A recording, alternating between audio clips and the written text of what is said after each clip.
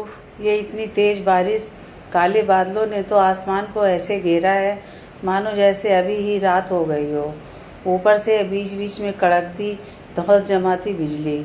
सागरिका बड़बड़ाते हुए एक बड़े से कदम के पेड़ के पास जाकर खड़ी हो गई, क्योंकि आसपास आश्रय को और तो कुछ था भी नहीं। एक तो लुकछुप शाम और उस पर यह घनघोर बादल। हाथ को हाथ नहीं सूझ रहा था। तभी अचानक जोर से बिजली कड़कती है और सागरिका डर से कांपते हुए पेड़ से लिपट जाती है। एकाएक उसे वह स्पर्श जाना पहचाना सा महसूस होता है और वो झट से अलग हो जाती है। आसमान से छिटकती बिजली में वह उस चेहरे को देखने की कोशिश करती है जिसे पल भर पहले पेड़ समझकर सिमट गई थी। उस चौंधियाती रोशनी में भी सागरिका उस चेहरे को पहचान जाती है। फिर बिना एक पल भी देर किए सागरिका तेज कदमों से बिजली की गति से बेपरवाह सी वहाँ से अपने घर के रास्ते आगे बढ़ जाती है। इससे पहले कि सागर को कुछ समझ आता या सागर कुछ बोलता, सागरिका बहुत आगे निकल जाती है। सागर अचंभित सा देखता रह जाता है। सागरिका, हाँ सागरिका ही तो थी। यहाँ कैसे, क्यों? अगर सागरिका ही थी तो फिर कुछ समझ नहीं आ रहा है।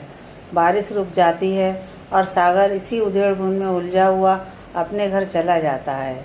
इधर सागरिका भीगते भागते गिरते संभलते अपने घर पहुंचती है। उसका दिल बेतहाशा धड़क रहा था और आंखों से बरसात की रुकने का नाम नहीं ले रही थी। अपने चेहरे पर हाथों से लगातार पानी छिटक कर शायद खुद को ही जगाने की कोशिश कर रही थी। आईने में अपने अक्स को देखकर खुद से ही बातें करती जा रही थी।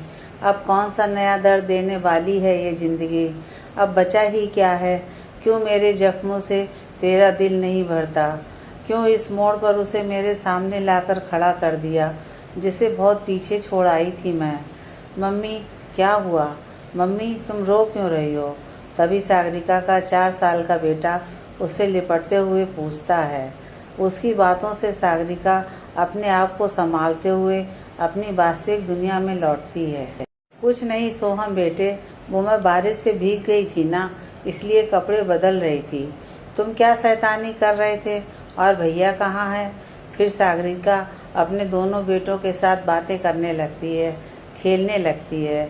थोड़ी देर के बाद बच्चे तो सो जाते हैं, लेकिन सागरिका की आंखों से आज नींद कोसों दूर है। वह सिर्फ करवटें बदल रही है। उसकी आंखों में नींद की जगह सागर का चेहरा और उसकी यादें हैं। दूसरी तरफ सागर का भी यही हाल है। उसे भी नींद कहाँ आ रही है। सिगरेट के धुएं से सारा कमरा धुंधलाया है।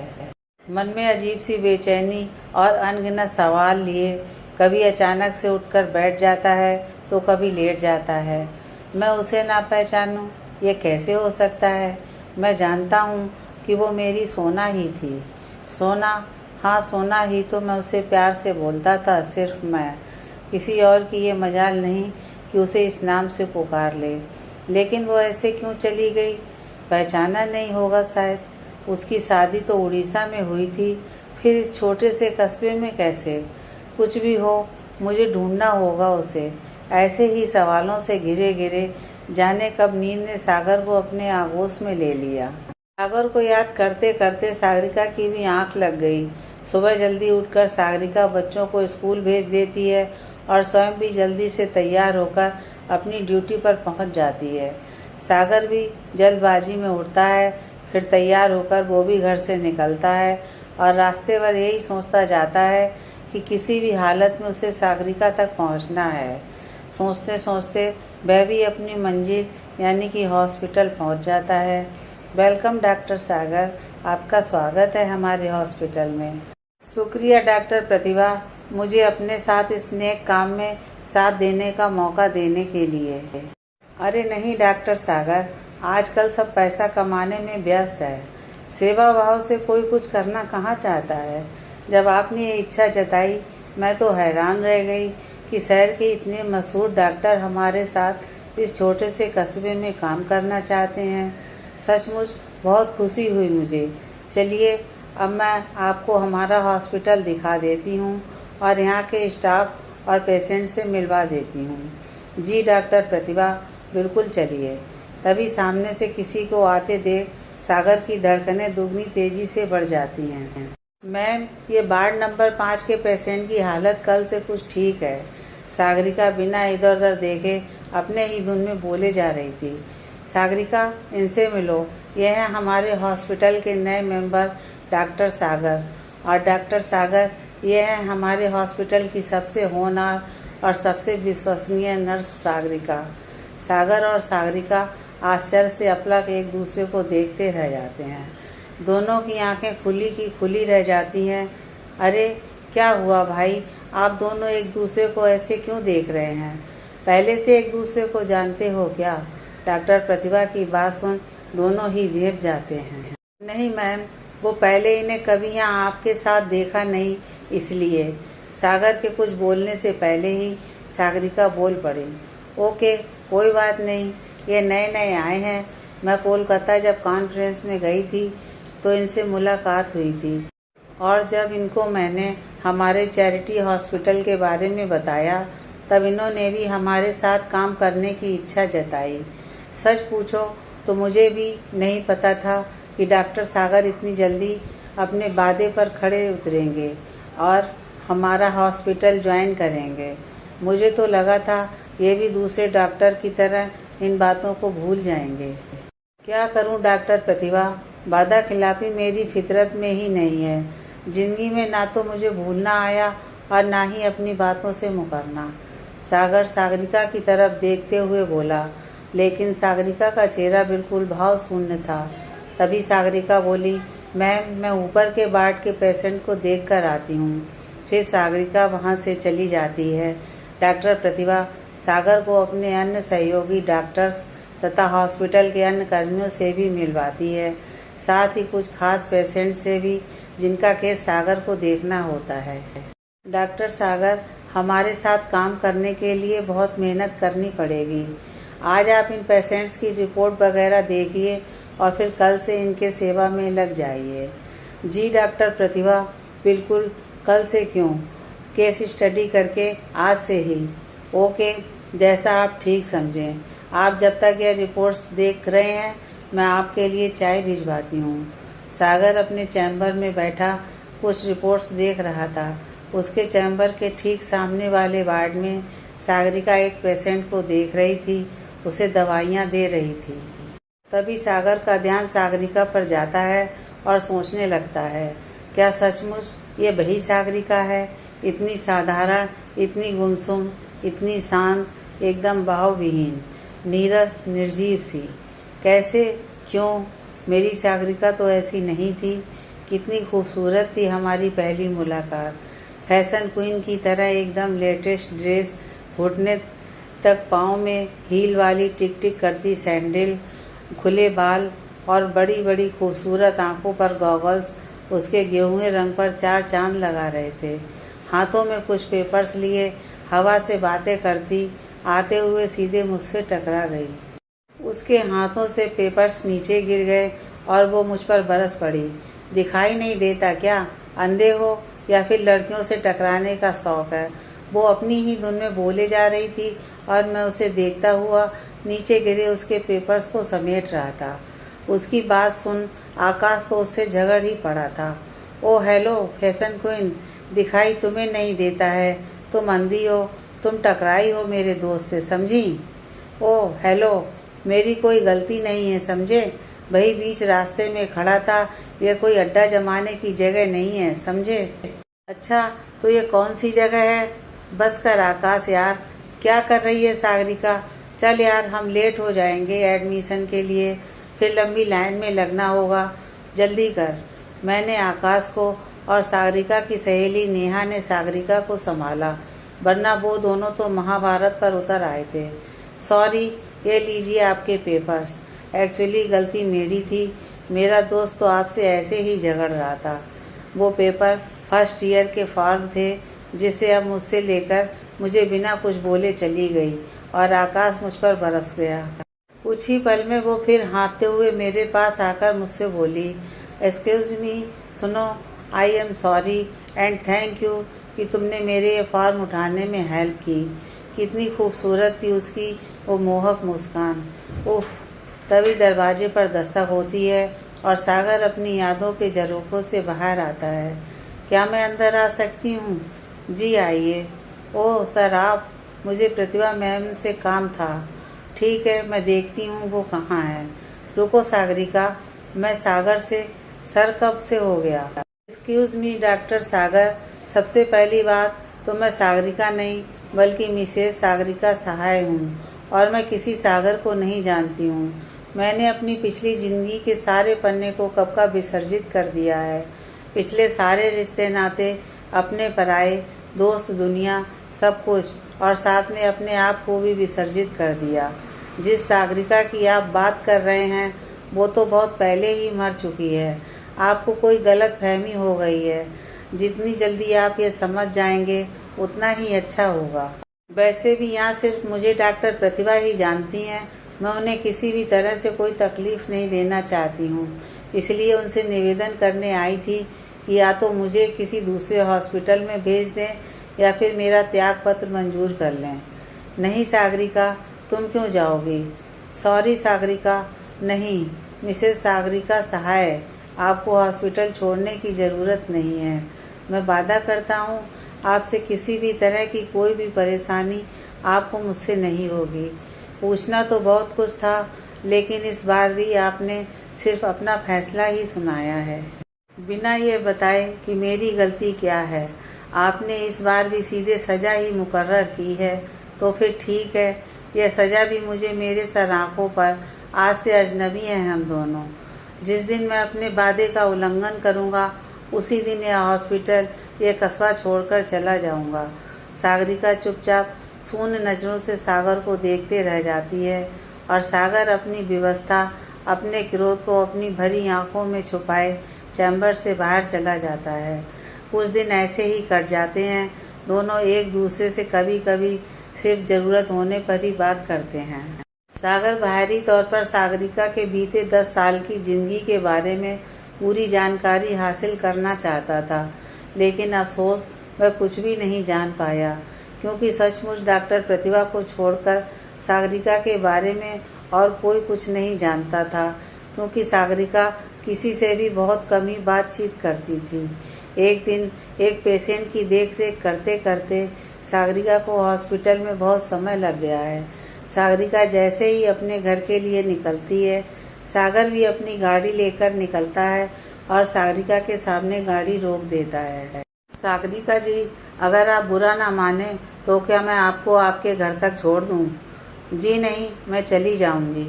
देखिए, आज काफ़ी रात हो गई है, प्लीज़ बैठ जाइए।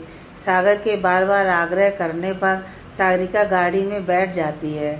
आज सालों बाद सागरिका सागर के साथ उसकी गाड़ी में, वो भी फ्रंट सीट पर, इतने करीब बैठी है। दोनों के बीच खामोशियाँ पसरी हैं।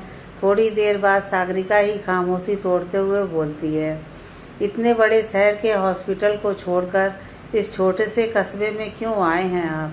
अभी तो आपकी तरक्की का समय था, इतने होनहार डॉक्टर हैं। सागर थोड़ी देर तो खामोश हो गया, फिर बोला, ऐसा है सागरिका जी कि अपनी ज़िंदगी से तो मेरा जी भर गया है। रहा सवाल तरक्की का, तो और कितनी तरक्की करूं? देखो ना, लोग जीवन के किसी भी रिश्ते में आपसे तुम तक पहुंचता है और मैं तुमसे आप तक पहुंचा हूँ। सागरिका खामोश हो जाती है और बाहर देखने लगती है। थोड़ी देर बाद सागरिका कहती है, डॉक्टर सागर, मेरा घर आ गया। सागर गाड़ी को ब्रेक लगाता है। सागरिका गाड़ी से उतरकर अपने घर जाने लगती है। सागरिका, क्या अपने घर वालों से नहीं मिलवाओगी? पिछली जान पहचान को जाने दो, एक दोस्त, एक सहकर्मी समझकर ही सही। क्या इस काबिल भी नहीं हूँ मैं? सागर, अगर हम दोस्त होते तो ना आपको बोलना पड़ता और ना ही मुझे सोचना पड़ता। घर तक छोड़ने के लिए धन्यवाद आपका। फिर सागरिका आगे बढ़ जाती है और सागर उसे देखते रह जाता है, लेकिन 2-4 कदम जाने के बाद ही सागरिका को एहसास होता है कि सागर अब भी वहीं खड़ा है और वो पीछे मुड़कर उसे देखकर उसके पास आ जाती है। लौट जाओ सागर, वापस लौट जाओ अपनी दुनिया में। मैं घनघोर अंधेरा हूँ, मुझ में प्रकाश की तलाश मत करो। हाथ जोड़ती हूँ। भैया भाभी ने तुम्हें बहुत प्यार से अपने बेटे की तरह पाला है, प्लीज़ चले जाओ। कहते कहते सागरिका बिफर जाती है और अपने घर चली जाती है। सागर चाह कर भी उसको रोक नहीं सका और वो भी अपने घर चला गया। सागर को इस हॉस्पिटल में ज्वाइन किए हुए लगभग 4 महीने बीत चुके थे, लेकिन आज पहली बार सागरिका ने उससे इस तरह से बात की थी। सागर उसकी आंखों में आंसू देखकर दुखी जरूर था, परंतु आज उसे एक उम्मीद की झलक भी मिल गई थी, क्योंकि आज सागरिका की आंखों में शून्य के स्थान पर भाव बह रहे थे। अब सागर जानना चाहता था आखिर सागरिका के साथ क्या हुआ था। जिंदगी से इतना प्यार करने वाली लड़की आखिर अंधेरों में क्यों गुम है। कितने ही सवालों के जवाब सागर को अभी तलाशने थे। अगले दिन सागर जब हॉस्पिटल पहुंचा तो उसकी नज़रें सागरिका को तलाश कर रही थीं, लेकिन सागरिका कहीं नज़र नहीं आ रही थी। पूरा दिन ऐसे ही गुजर गया। सागर की नज़रें रास्ते पर ही टिकी थीं। सागर को बार बार इस तरह बाहर झांकते देख डॉक्टर प्रतिभा शरारती अंदाज में मुस्कुराते हुए बोली, डॉक्टर सागर, आप जिसकी राह ताक रहे हैं वो आज नहीं आने वाली है। उसने 2 दिन की छुट्टी ली है क्योंकि उसके बेटे की सेहत ठीक नहीं है। डॉक्टर प्रतिभा की बात सुन सागर झेप गया। अरे नहीं डॉक्टर प्रतिभा, मैं तो बस ऐसे ही। डॉक्टर सागर, मुझे तो पहले ही दिन ये अनुमान हो गया था कि आप सागरिका के वही सागर हैं जिसका जन्मदिन मनाने सागरिका रात के 12 बजे बॉयज हॉस्टल में चोरी छुपे बिना किसी बात की परवाह किए प्रवेश कर गई थी। क्योंकि मैं सागरिका को अच्छी तरह से जानती हूँ, उसकी अनकही बातों को भी समझ सकती हूँ। जिस तरह उसकी आंखें आप पर टिक गई थी, मैं समझ गई थी कि आप वही सागर हैं। जी डॉक्टर प्रतिभा, मैं वही सागर हूँ जिससे सागरिका ने अपनी शादी से सिर्फ 2 दिन पहले जीवन भर साथ निभाने का वादा किया था और 2 दिन बाद बिना कारण बताए जिंदगी भर की सजा सुना दी। एक बार मिलना तक जरूरी नहीं समझा। क्या मुझे ये जानने का अधिकार नहीं था कि सिर्फ 2 दिन में ऐसा क्या हो गया जो उसके घर वाले उसकी शादी करवा रहे थे और वो मान गई? कैसे, क्यों? मैं फिर भी उससे मिलना चाहता था, एक बार उससे पूछना चाहता था आखिर क्यों, लेकिन उसने तो मुझसे बात करना भी मुनासिब नहीं समझा। मेरे दोस्त आकाश से सीधा ये संदेश भिजवा दिया कि अगर उसकी विदाई से पहले मैंने उसकी गली में कदम भी रखा तो मैं उसे जिंदा नहीं देख पाऊंगा। मैं बेबस लाचार कुछ ना कर सका। कहते कहते सागर का गला रुंध गया। आज भी देखिए ना, वो मुझसे भाग ही तो रही है। मानती हूँ डॉक्टर सागर, आपके साथ जो हुआ वो नहीं होना चाहिए था, लेकिन यह भी तो हो सकता है कि उसकी कोई बहुत बड़ी मजबूरी रही होगी, वरना मैं जानती हूँ कि सागरिका बहुत ही अच्छी लड़की है, वो कभी ऐसा नहीं करती। इतनी कम उम्र में जो उसने सहा है वो किसी आम लड़की के बस की बात नहीं है। डॉक्टर प्रतिभा की बात सुन सागर चौंका। डॉक्टर प्रतिभा, क्या हुआ उसके साथ? यह तो मैं भी जानता हूँ कि सागरिका ऐसी नहीं थी। वो तो बहुत ही हंसमुख, बहुत ही चंचल, एकदम जिंदा दिल लड़की थी। पढ़ने में भी काफ़ी होशियार थी, लेकिन उसके परिवार वालों ने इतनी कम उम्र में ही उसकी शादी कर दी, वरना जब तक मेरी मेडिकल की पढ़ाई पूरी होती तब तक उसका ग्रेजुएशन पूरा हो जाता। बताइए ना डॉक्टर प्रतिभा, क्यों वो निर्जीव सी हो गई है? वो यहाँ गुमनामी की ज़िंदगी क्यों जी रही है, जबकि उसकी शादी तो बहुत अच्छे, बहुत बड़े घराने में हुई थी। यहाँ उसके परिवार में कौन कौन है? डॉक्टर प्रतिभा सागर की तरफ देखते हुए बोली, यही तो दुर्भाग्य है डॉक्टर सागर कि हम इंसान का आकलन उसकी दौलत, उसके रुतबे, उसकी जायदाद से करते हैं, उसके स्वभाव, उसकी व्यावहारिकता, उसके संस्कारों से नहीं। आपने ठीक कहा, सागरिका की शादी बहुत बड़े घराने में हुई थी, लेकिन बहुत अच्छे इंसान से नहीं। आज काफ़ी वक्त हो गया, चलिए डॉक्टर सागर, अब हम कल बात करते हैं। नहीं डॉक्टर प्रतिभा, प्लीज़, कम से कम आप तो मुझे सागरिका के बारे में बताइए। सागरिका मुझे कभी नहीं बताएगी। डॉक्टर सागर, सच कहूँ तो मैं भी आपसे कुछ नहीं बताना चाहती थी, लेकिन सागरिका के प्रति आपका प्रेम देखकर आपने मुझे सागरिका से किए गए वचन तोड़ने पर मजबूर कर दिया है। बहुत खुशी हो रही है कि कोई तो है जो उसे इतना प्यार करता है, वरन सभी ने सिर्फ उसे छला ही है। जानते हैं डॉक्टर सागर, सागरिका मेरी अपनी भाभी है, मेरे इकलौते भाई की पत्नी। सागर आश्चर्य से, क्या? जी हाँ, मेरा भाई पराग। पराग ने सागरिका को किसी शादी में देखा था और मुग्ध हो गया था। पराग ने यह बात माँ को बताई और सागरिका से शादी करने की जिद ठान ली। फिर क्या था, मेरी माँ ने अपने बेटे की जिद पूरी करने के लिए सागरिका नाम के खिलौने का पता लगाया। फिर एक माँ ने अपने पैसे और रुतबे के दम पर एक जीता जागता खिलौना खरीद दिया, अपने बेटे को तोहफे में दे दिया। और एक माँ और चाचा ने मिलकर पैसे और बिजनेस डील के लालच में आकर अपनी ही बेटी को बेच दिया। ये और बात थी कि सागरिका किसी हालत में मानने को तैयार नहीं थी। फिर उसकी माँ ने रो धोकर खुदकुशी की धमकी दी और उसके चाचा ने आपको मार डालने की। मजबूरन हालात से हारकर उसने शादी के लिए हाँ कह दिया। मेरा भाई पराग भी एक बहुत ही अच्छा डॉक्टर था। जब तक होश में होता तब तक तो इंसान भी बहुत अच्छा था, लेकिन नशे ने इस तरह उसे अपने गिरफ्त में ले लिया था कि उसकी सारी जिंदगी ही बर्बाद हो गई। छोटी सी प्यारी सी बिल्कुल गुड़िया जैसी थी सागरिका जब हमारे घर आई थी।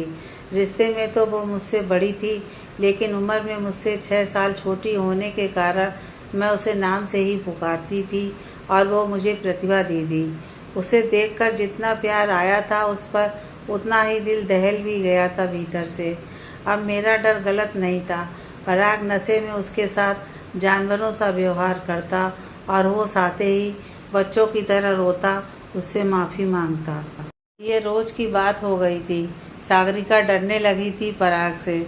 उसने बहुत कोशिश की कि कोई तो उसकी बात को समझे, उसके हालात को समझे, लेकिन मेरे घर वालों की तो बात छोड़ो, उसके घर वाले भी उसे ही समझा बुझाकर और बेटी बहू के कर्तव्यों को निभाने की हिदायत देकर चलते बने।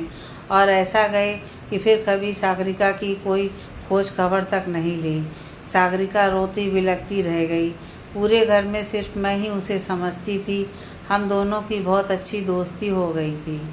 मैंने उसे बहुत समझाया कि रोने से कुछ नहीं होने वाला है, अपने हालात से तुम्हें खुद लड़ना होगा और पराग को नशे की लत छुड़ानी होगी। किसी अच्छे डॉक्टर की सलाह लेकर सागरिका को मेरी बात पसंद आ गई।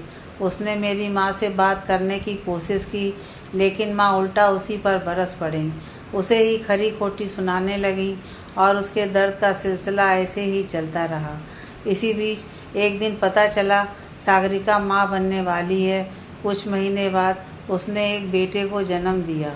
कहते हैं बच्चे का जन्म प्यार की सौगात होती है, लेकिन सागरिका के लिए उसका बेटा दर्द की निशानी था। परंतु माँ तो बस माँ होती है। बेटे के जन्म ने सागरिका को खुशियों से भर दिया था, लेकिन पराग अब भी वैसा ही था, उसमें कोई परिवर्तन नहीं हुआ था। सागरिका तो अब पराग के नाम से ही कांप जाती थी। फिर एक दिन हिम्मत करके सागरिका ने पराग को बहुत मनाया, बहुत मिन्नतें की और उसे मेरे साथ एक नशा मुक्त केंद्र लेकर गई, जहाँ कुछ डॉक्टर मेरे और पराग के जान पहचान के ही थे।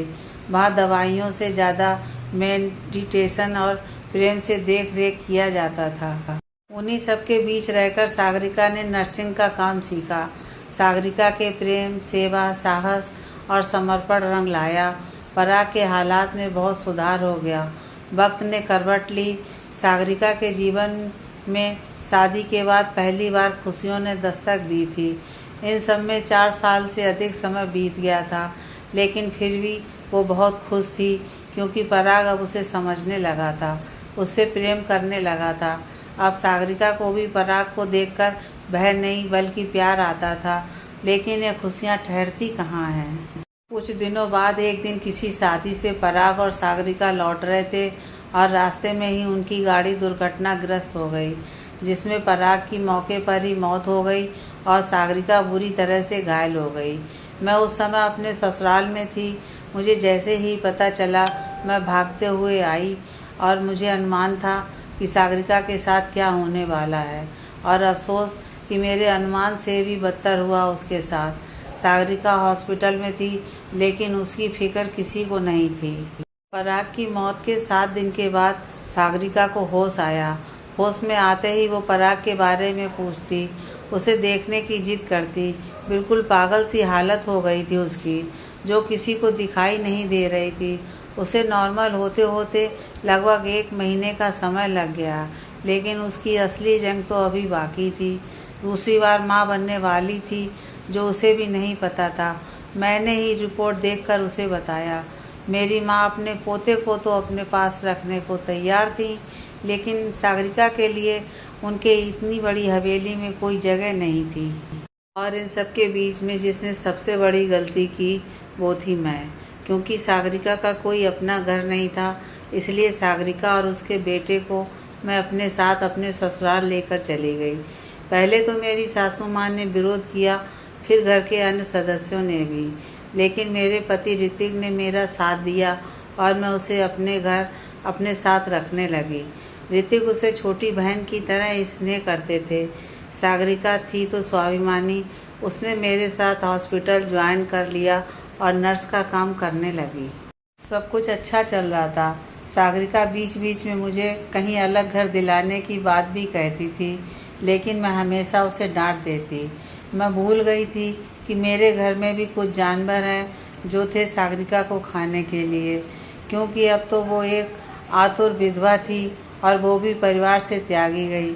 एक दिन जब मैं और ऋतिक दोनों हॉस्पिटल में थे, मेरे जेठ ने मौके का फ़ायदा उठाने की पूरी कोशिश की, लेकिन कामयाब नहीं हुए।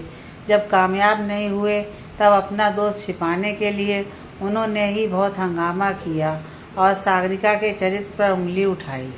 घर वालों ने भी उन्हीं का साथ दिया। सागरिका पूरी तरह से टूट गई थी। उसके पास सफाई देने को भी कुछ नहीं बचा था, लेकिन ऋतिक ने बहुत हौसला दिया उसे, क्योंकि हम दोनों जानते थे सच्चाई क्या है। उसके बाद से ही हम तीनों यहाँ इस कस्बे में आ गए और इस हॉस्पिटल में गरीब और लाचार, जो कि बड़े बड़ी बीमारियों से लड़ते हैं, जिनके पास पैसे नहीं हैं, उनकी सेवा करने का मन बना लिया। यहाँ आने से पहले ही सागरिका ने ये वचन लिया था कि हम अपने रिश्ते के बारे में किसी से ना कहें और वो इस हॉस्पिटल में एक आम वर्कर की तरह काम करेगी। एक अलग घर में रहकर अपने बच्चों की परवरिश स्वयं करेगी। उसके छोटे बेटे का जन्म यहीं हुआ है। अब बोलिए डॉक्टर सागर, क्या और कोई सवाल है आपके मन में? पूछना है कुछ और? सागर की आंखें भर आईं। इतना कुछ कैसे सहन किया उसने? डॉक्टर प्रतिभा, जो लड़की पाँव में एक छोटा सा कांटा चुभने का दर्द सहन नहीं कर सकती थी, उसने इतने सारे छाले कैसे सहे होंगे? हमारे हालात हमें ज़िंदगी जीना सिखा देते हैं डॉक्टर सागर। मुझे सागरिका से मिलना है डॉक्टर प्रतिभा, प्लीज़। ठीक है डॉक्टर सागर, हम कल चलेंगे। आज की रात सागर के लिए बड़ी लंबी रात थी। पूरी रात वो सिर्फ सागरिका और उसके संघर्ष के बारे में सोचता रहा। अगले दिन सुबह सुबह ही हॉस्पिटल चला गया। फिर उसने डॉक्टर प्रतिभा से फ़ोन पर बात की। डॉक्टर सागर, आप सागरिका के घर पहुंच जाइए, मैं ऋतिक के साथ आ रही हूं। सागर हवा से बातें करता सागरिका के घर तक तो पहुंच गया, लेकिन उसकी हिम्मत नहीं हो रही थी दरवाजे पर दस्तक देने की। कुछ देर सोचने के बाद उसने बेल बजाई। जैसे ही सागरिका ने दरवाज़ा खोला, वो सागर को देखकर चौंक गई। सागर, तुम यहाँ क्यों आए हो? कोई काम है क्या? सारे सवाल दरवाजे पर ही पूछ लोगी क्या? ठीक है, अंदर आओ। अब बोलो, क्या बात है? इतना सब कुछ हो गया तुम्हारे साथ, तुम्हें एक बार भी मेरी याद नहीं आई? कैसे सहा तुमने इतना सब सागरिका? तुम ये क्या बोल रहे हो सागर? तुम जाओ यहाँ से। तुम्हारी अपनी ज़िंदगी है सागर, तुम्हारा अपना घर परिवार होगा। मेरी ज़िंदगी सिर्फ तुमसे है सागरिका। मैंने शादी नहीं की है सागरिका। क्या? लेकिन क्यों? याद है तुम्हें जब तुम मेरे भतीजे बिट्टू के जन्मदिन पर मेरे घर गई थी, तब जब सब तुम्हें चिढ़ा रहे थे, तब तुमने ही तो अपनी कसम दिलवाई थी कि मैं कभी किसी और से शादी नहीं करूँगा। सागर, वो मेरी नादानियाँ थीं। मैंने नासमझी में ये सब कहा था, और साथ में ये भी तो कहा था ना कि जब तक मैं ज़िंदा हूँ, मैं मर चुकी हूँ सागर। अब कोई भी कसम या वादे का कोई मतलब नहीं है सागर। कैसी बातें कर रही हो सागरिका, पागल हो गई हो क्या? जानता हूँ जो हुआ वो बहुत बुरा हुआ, लेकिन सबको भुलाकर आगे बढ़ना ही जिंदगी है। मैं शादी करना चाहता हूँ तुमसे। नहीं सागर, ये नहीं हो सकता है। मैं 2 बच्चों की माँ हूँ सागर। तुम्हें कोई भी अच्छी लड़की मिल जाएगी, मैं किसी भी हालत में तुमसे शादी नहीं कर सकती हूँ। तुम्हारी ज़िंदगी, तुम्हारी खुशियों को तबाह नहीं कर सकती हूँ। चले जाओ यहाँ से। बहुत अरमान होंगे भैया भाभी का तुम्हें लेकर। उन्होंने तुम्हें कभी माता पिता की कमी महसूस नहीं होने दी है सागर। उनके बारे में तो सोचो, समाज में लोग उन्हें जीने नहीं देंगे। मैंने भैया भाभी से कल ही बात कर ली है सागरिका, और समाज की मुझे परवाह नहीं है। मुझे सिर्फ तुम्हारी हाँ की ज़रूरत है। मैं मजबूर हूँ सागर, मैं तुमसे शादी नहीं कर सकती। तुम समझते क्यों नहीं हो? क्यों सागरिका, कौन सी मजबूरी है? डॉक्टर प्रतिभा और ऋतिक घर के अंदर प्रवेश करते हुए बोले। हाँ सागरिका, मैंने ही डॉक्टर सागर को सब कुछ बताया है। वो बहुत प्यार करते हैं तुमसे। ज़िंदगी तुम्हें दूसरा मौका दे रही है सागरिका, जीने का। इसे मत गंवाओ। हाँ सागरिका, प्रतिभा ठीक बोल रही है। इस बार ऋतिक बोला, हम सब तुम्हारे साथ हैं। लेकिन आप लोग ये तो सोचो कि मैं 2 बच्चों की माँ हूँ। मेरी जान बसती है उनमें। यही मेरा परिवार है, मेरी दुनिया है। तुम्हारा नहीं सागरिका, हमारा परिवार, हमारी दुनिया। सागर बोल पड़ा। हाँ सागरिका, मैं ठीक बोल रहा हूँ। आखिरकार सागरिका को सागर के प्यार और डॉक्टर प्रतिभा और ऋतिक की जिद के आगे झुकना ही पड़ा। और फिर डॉक्टर प्रतिभा, ऋतिक और सागर के भैया भाभी के सहयोग और उनके आशीर्वाद के साथ सागर, सागरिका और बच्चे खुशी खुशी एक हुए।